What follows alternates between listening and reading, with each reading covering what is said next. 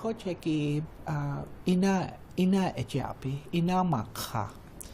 Untu epiki ta kukash makha chata hinamche ta ku unyuta pina mama kanshkanki akani pina unkia aka untipiki. Chawoy yukna chet ke makha ki he wakha ina makha ejapi. We never call any of our land bad. Makha, when we say makha, it's the earth. And within the context of our relationship with everything around us, Inamaka, Mother Earth, that everything, wherever the land is sacred. And everything in the land is not only sacred, but we look at it as our mother. We look at all Earth as a living, breathing entity. As long as we're able to walk on the land, we have that connection of who we are, and we know who we are. The word Badlands is not acceptable to me. It's a piece of land that, because of its geography, doesn't have all of the things that other parts of our land have, and it's because of nature. It's very beautiful.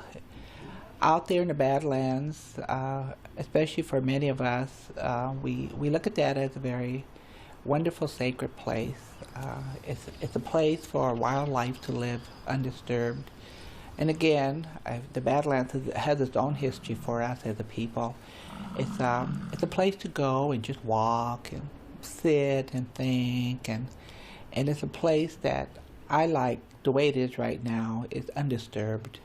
And I think that as we look at the rest of the world and the rest of the country, there has to be places that we have to leave as is, undisturbed, for people just to enjoy and appreciate. And I'm really excited about our relationship with the National Park Service right now. And we've had our own little, growing pains together, but it's about collaboration. And the bottom line for the Pine Ridge, the Oglala Sioux tribe, is that the Badlands is ours and has been ours. And because of decisions that were made in the past, that the responsibility shifted to the National Park Service, now we have an opportunity to take some of that responsibility back. And so that's in the talking stages. However, we are talking, and that in itself is really absolutely awesome. And other people before me made this possible.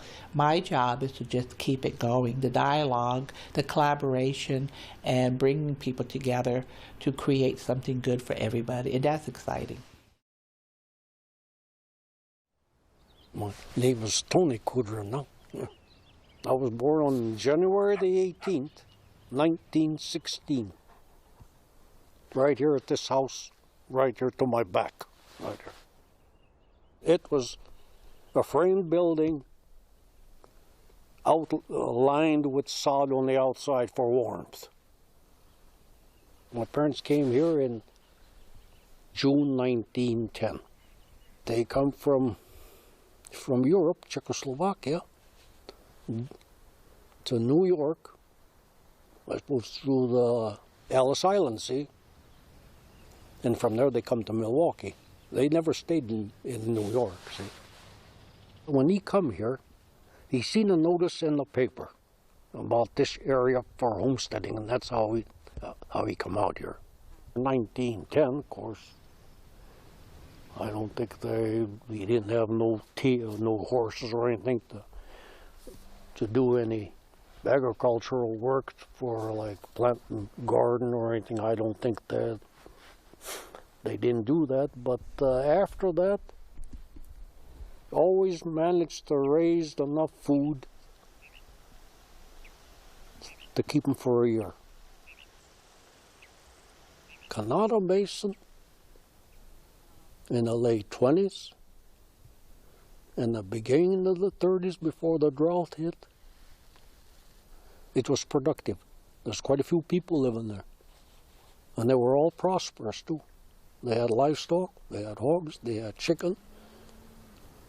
Boy, I'll tell you that. Well, we didn't have too much ground that blowed here, except this field right north here. On the hill in spring of I think 37 it blew. But prior to that, these tables up here, they all blew. When that Alta used to get some terrible windstorms in that time too, see? Like in 1934, I think. I remember I was going to go get the workhorses. They was running in the open. I think it was cutting thistles for hay. And I come out of the house down there, the wind started coming up, and I seen that dirt blowing off the tables up there, and that I knew I wasn't going to do no haying.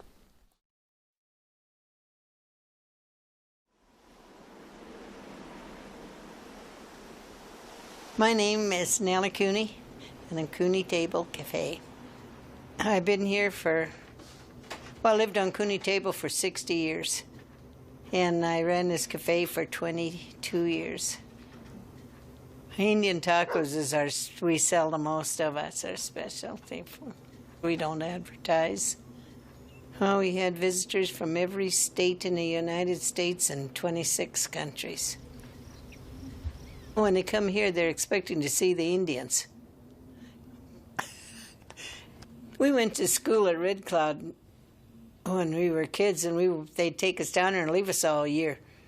So we just boarded there at Red Cloud, and we were just home in the summer months. And I was married here when I was young, and so then I raised my kids here. I guess that's another reason why I really like it.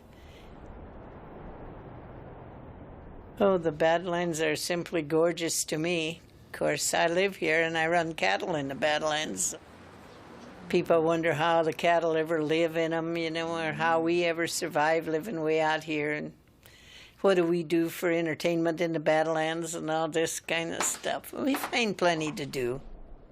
Well, my favorite season is in the fall, like it is now. I love it when everything's turning, brown, and the trees are so pretty, and the animals some of them starts coming home.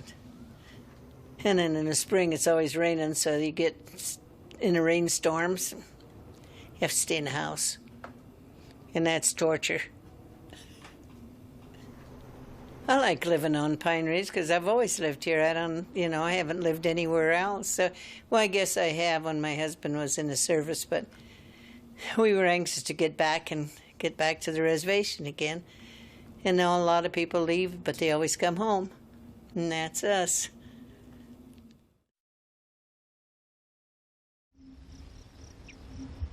My name is Patricia Sampson. My husband and I ranch in the Badlands of South Dakota. We run a cow-calf operation, and then we also run a few horses. Where we live, it is really isolated. That's one of the things most of us who live here like, but it's also can be inconvenient as far as when you need things.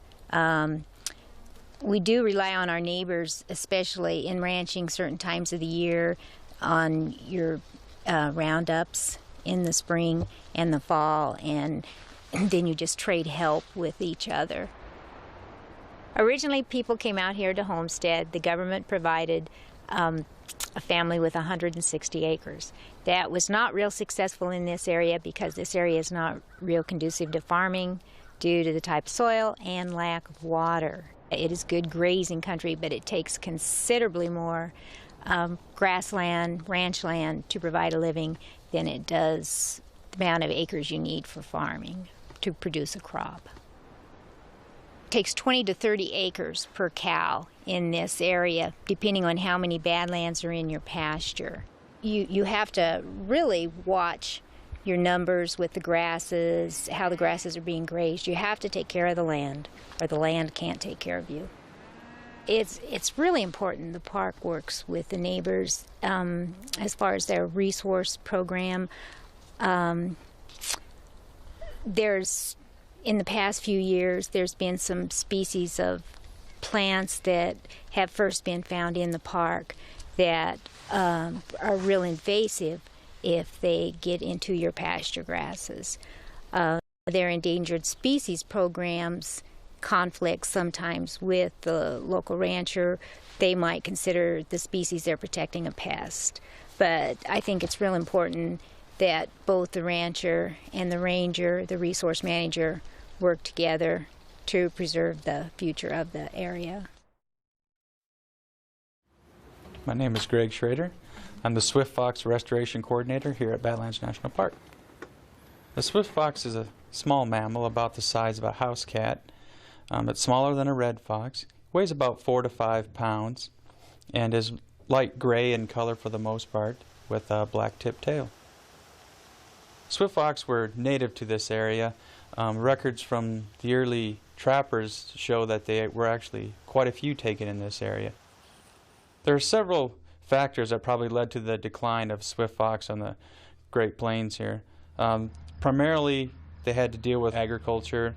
Also, there were early poisoning campaigns to get rid of the large predators, and swift fox will be carrion feeders, or are carrion feeders, so they were incidentally eliminated or reduced as a part of this poisoning program. It's one of the missions of the National Park Service is try to maintain as many parts of the natural ecosystem as we can, and those parts that are missing to try to restore them if they can develop a self-sustaining population. So that's kind of the basis behind why we decided to go ahead and try to bring this animal back. Every fox that comes to Badlands National Park has to go through a 14-day quarantine period.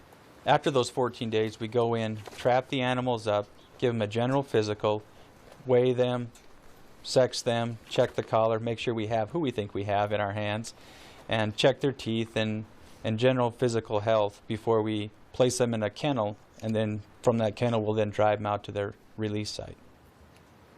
Every fox that we've released here at Badlands has been fitted with a radio collar. So before we release them, we make sure that the radio collar is working, fits properly, and then after that we have a couple different release methods that we can use. One of them is a hard release, where we just go out there, take the animal, put it on the ground, and let it go and say, find yourself a home. The other method we use is kind of a soft release, where we set up a little chicken wire exclosure around what we think is a potential den for the swift fox. And then we place a pair of fox, a male and a female, into that pen and hold them there for 3 to 5 days and feed them, so they can get kind of acclimated to the area. And then we just take down the chicken wire, and then they're free to go whenever they want. The successes that we've reached so far to date, the main one is getting animals that we reintroduced here to breed and raise pups. And that happened the first summer after we had fox on the ground. That's the main hurdle that you want to overcome initially, is to make sure that the fox that you release find each other, pair, and then successfully raise pups. And we've had that happen. The main success of any reintroduction is not going to be the animals that you reintroduced out there. It's going to be the offspring born from those animals. So that's why it's important for us to go out there and monitor these fox to make sure they are reproducing and that the population will be growing. And we've seen population growth already. In the first 2 years, we've had much better success than I would have imagined. The fox are surviving and reproducing and living very well. It kind of tells us that what we did was right. You know, there was still a niche in the habitat for them, or in the ecosystem for swift fox, and all we needed to do was help bring them back here, and they'd thrive.